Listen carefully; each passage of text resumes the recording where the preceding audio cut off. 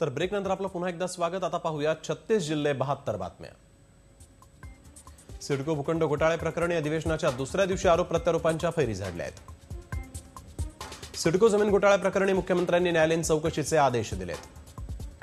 आघाडी सरकारच्या काळामध्ये पृथ्वीराज चव्हाण मुख्यमंत्री होते तेव्हा देखील प्रकल्पग्रस्तांना जमीन दिल्या असल्याचा मुख्यमंत्र्यांनी विरोधकांना उत्तर दिलंय।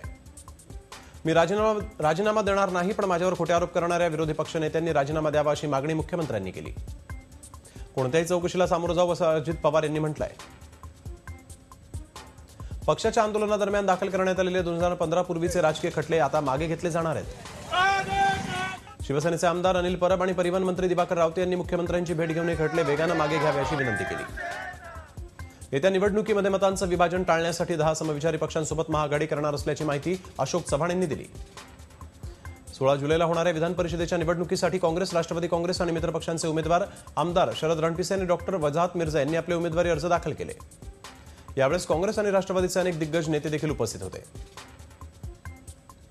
जळगाव महापालिकेच्या निवडणुकीसाठी अर्ज दाखल करण्यास आलेले अपक्ष उमेदवार नवनाथ दारकुंडे यांनी चक्क 1-1 रुपयांची 5,000 रुपयांची चिल्लर आणून दिली। आपल्यासमोर धनदांडगे उमेदवार प्रतिस्पर्धी म्हणून आहेत, म्हणूनच आपण ही चिल्लर आणली असल्याचा दावा त्यांनी यावेळेस केलाय। मुंबई हायकोर्टाच्या नागपूर खंडपीठानं राज्याच्या वरिष्ठ अधिकाऱ्यांच्या पगारातून रोज 1 रुपया कापण्याचे आदेश दिलेत। सुप्रीम कोर्टानं आदेश दिल्यानंतरही नागपूर शहरातील अनधिकृत धार्मिक स्थळांवर कारवाई न केल्यामुळे हे पैसे कापण्याचे आदेश देण्यात आले आहेत। राज्याचे मुख्य सचिव, शहरी विकास, महसूल आणि वन विभागाचे प्रधान सचिव तसंच नागपूर महानगरपालिकेतील आयुक्त यांच्या पगारातून हे पैसे आता कापण्यात येणार आहेत। जुहू समुद्र तटावर संध्याकाळी 5च्या सुमारास एकूण 5 तरुण पोहण्यासाठी गेलेले असताना यातील 2 जणांना बाहेर काढण्यात यश आलेलं आहे, मात्र एकाची प्रकृती चिंताजनक आहे। अजूनही एकाचा शोध सध्या सुरू आहे। हे सर्वजण अंधेरी पश्चिम जुहू गल्ली या परिसरातले राहणारे आहेत। एप्रिल महिन्यामध्ये करण्यात आलेल्या रेल्वेच्या सर्वेक्षणामध्ये अंधेरी पुलाची डागडुजी करण्याची गरज असल्याचं स्पष्ट सांगण्यात आलं होतं। याचा प्रस्ताव रेल्वेच्या अकाउंट्स खात्याकडे देखील पाठवण्यात आला होता। अंधेरी पूल दुर्घटनेनंतर पालिका आयुक्त आणि मध्य आणि पश्चिम रेल्वेच्या अधिकाऱ्यांच्या मध्ये संयुक्त अशी बैठक पार पडली। 445 पुलांची संरचनात्मक तपासणी आजपासून सुरू होणार असून तपासणीसाठी 12 चमूंचं गठन करण्यात आलंय। ठाण्यातील पुलाची पाहणी खासदार राजन विचार यांनी केली। यावेळेस ठाणे स्टेशनवरील पादचारी पुलाची देखील पाहणी करण्यात आली। रत्नागिरी जिल्ह्यात पावसाचा जोर कायम असून उत्तर रत्नागिरीला मुसळधार पावसानं झोडपलाय। गेल्या 24 तासामध्ये रत्नागिरी जिल्ह्यात 86 मिलीमीटर इतक्या पावसाची नोंद झाली आहे। रत्नागिरी जिल्ह्यामध्ये पावसाचा जोर चांगलाच वाढला असून खेडमधील जगबुडी आणि नारंगी नदीला पूर आलाय। नद्यांना आलेल्या पुरामुळे खेड नगरपालिका प्रशासनानं नागरिकांना सतर्कतेचा इशारा दिलाय। वाढता पाऊस आणि नदीचं वाढतं पाणी लक्षात घेता भरणे पुलावरील वाहतूक बंद करण्यात आली आहे। संगमेश्वर तालुक्यातील मागझन गावाला देखील पुराचा फटका बसलाय। गडनदीला पूर आल्यामुळे मागझन बाजारपेठेत देखील पाणी भरलं होतं। जालन्यामध्ये पावसानं जोरदार हजेरी लावली। शहरासह जिल्ह्यातील काही भागामध्ये पाऊस बरसत असल्यामुळे शेतकऱ्यांनी दिलासा व्यक्त केलाय।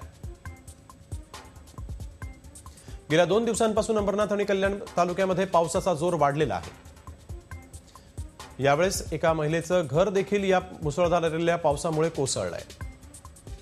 पुण्यातील मार्केट यार्ड गोल मार्केट जवळ झाड पडल्यामुळे 4 दुचाकी आणि एका टेम्पोचं नुकसान झालं। उल्हासनगर येथील वडोल गावातील पूल 2 वर्षांनंतरही अर्धवट अवस्थेतच उभा आहे। यामुळे या पुलाचा वापर करणाऱ्या वडोल गावातील गावकऱ्यांना पावसाळ्यामध्ये लांब पल्ल्याचा वळसा घालूनच वडोल गाव गाठावं लागतं। भिवंडीवाडा मनोर या महामार्गाचं काम पूर्ण दाखवून सुप्रीम कंपनीनं टोल वसुली सुरू केलेली आहे, मात्र या मार्गाची अवस्था अत्यंत बिकट आहे। त्यामुळे रस्ता त्वरित दुरुस्त करावा यासाठी श्रमजीवी संघटनेनं रास्ता रोको आंदोलन केलं। रास्ता रोको आंदोलनाचं चित्रीकरण करून परतत असताना TV9चे प्रतिनिधी शशिकांत कासार यांना रस्ता खचल्याचं निदर्शनास आलं। यावेळेस त्यांनी या मार्गावरती झाडाच्या फांद्या टाकून वाडा पोलिसांना या संदर्भात माहिती दिली। औरंगाबाद येथील देशातील पहिला सीड बॉम्बिंग संकल्पना यशस्वी राबवण्यात आलेली आहे। दौलताबाद परिसरामध्ये पहिल्यांदाच हेलिकॉप्टरमधून पहिल्या टप्प्यात जवळपास 1 लाख सीड्स बॉल टाकून वृक्ष लागवड करण्यात आली। पुण्यातील MIT विश्वशांती गुरुकुल शाळेनं विद्यार्थ्यांसाठी लावलेले वादग्रस्त अटी आणि नियम मागे घेतले। पालकांनी या अटींविरोधात आवाज उठवला होता। TV9 मराठीनं पालकांच्या संतप्त भावना सरकारपर्यंत पोहोचवल्या होत्या। कल्याण डोंबिवलीतील खासगी शाळांमध्ये 25% प्रवेश मुलांना जो आहे तो शिक्षण आणि शैक्षणिक साहित्य मोफत देणं आता बंधनकारक आहे. मात्र काही शाळा बिनदिक्कतपणे पालकांनाच गणवेश आणि शालेय साहित्य खरेदी करण्यास सांगत असल्यामुळे संतप्त झालेल्या पालकांनी मोर्चा काढला. भिवंडी शहरातील श्री हलारी विशा ओसवाल शाळेतील विद्यार्थ्यांच्या फीवाढी विरोधात मनविसेनं पालकांसह ठिय्या आंदोलन केलं. मुंबई दलातील सेवानिवृत्त सहाय्यक पोलीस आयुक्त इसाक बागवान यांनी लिहिलेल्या मी अगेन्स्ट द मुंबई अंडरवर्ल्ड या पुस्तकाचं लोकार्पण उद्धव ठाकरे यांच्या हस्ते झालं. रंगशारदा इथे हा कार्यक्रम पार पडला असून अनेक दिग्गज नेते या कार्यक्रमाला उपस्थित होते. सोलापुरात महानगरपालिका प्रशासन आणि व्यापाऱ्यांमध्ये गाळ्याच्या निविदा काढण्यावरून चांगलाच संघर्ष पेटलाय. राज्य सरकारच्या निर्णयानुसार ई निविदा काढून पालिका भाडेवार करणार आहे. लातूर येथील अविनाश चव्हाण हत्येप्रकरणी कामगार मंत्री संभाजी पाटील निलंगेकर यांनी राजीनामा द्यावा या मागणीसाठी जोरदार दगडफोडो आंदोलन करण्यात आलं. या दगडफोडो आंदोलनामध्ये काँग्रेसच्या पदाधिकाऱ्यांनी देखील सहभाग घेतला होता. पीक कर्ज देण्यासाठी दिरंगाई करणाऱ्या देवळी तालुक्यातील विजय गोपाल येथील अहलाबाद बँकेच्या व्यवस्थापकाला भाजपच्या जिल्हाध्यक्षानं चांगलाच दम दिलाय.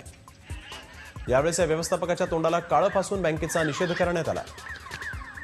धुळे हत्याकांड प्रकरणी खांडबारा जिल्हा नंदुरबार येथून पोलिसांनी मुख्य आरोपीपैकी दुसरा आरोपी 28 वर्षीय हिरालाल गवळीला ताब्यात घेतलं. राईनपाडा गावातील जवळपास सर्वच पुरुष कारवाईच्या भीतीनं गाव सोडून गेल्यामुळे आता प्रशासनानं गावात परत येण्याचं त्यांना आवाहन केलंय. निर्दोष लोकांनी घाबरण्याचं कारण नाही, जे दोषी असतील त्यांच्यावरच कारवाई होईल असं प्रशासनानं म्हटलंय. नागपूर जिल्ह्यातील पारशिवनी तालुक्यामध्ये मुलं चोरणारी म्हणून एका महिलेला जबरदस्त मारहाण करण्यात आली. एका जागरूक नागरिकांना मध्यस्थी करून त्या महिलेला जमावापासून वाचवलं आणि पोलिसांच्या स्वाधीन केलं. पोलिसांनी चौकशी केल्यानंतर ती महिला औषध विक्रेती असल्याचं कळून आलं.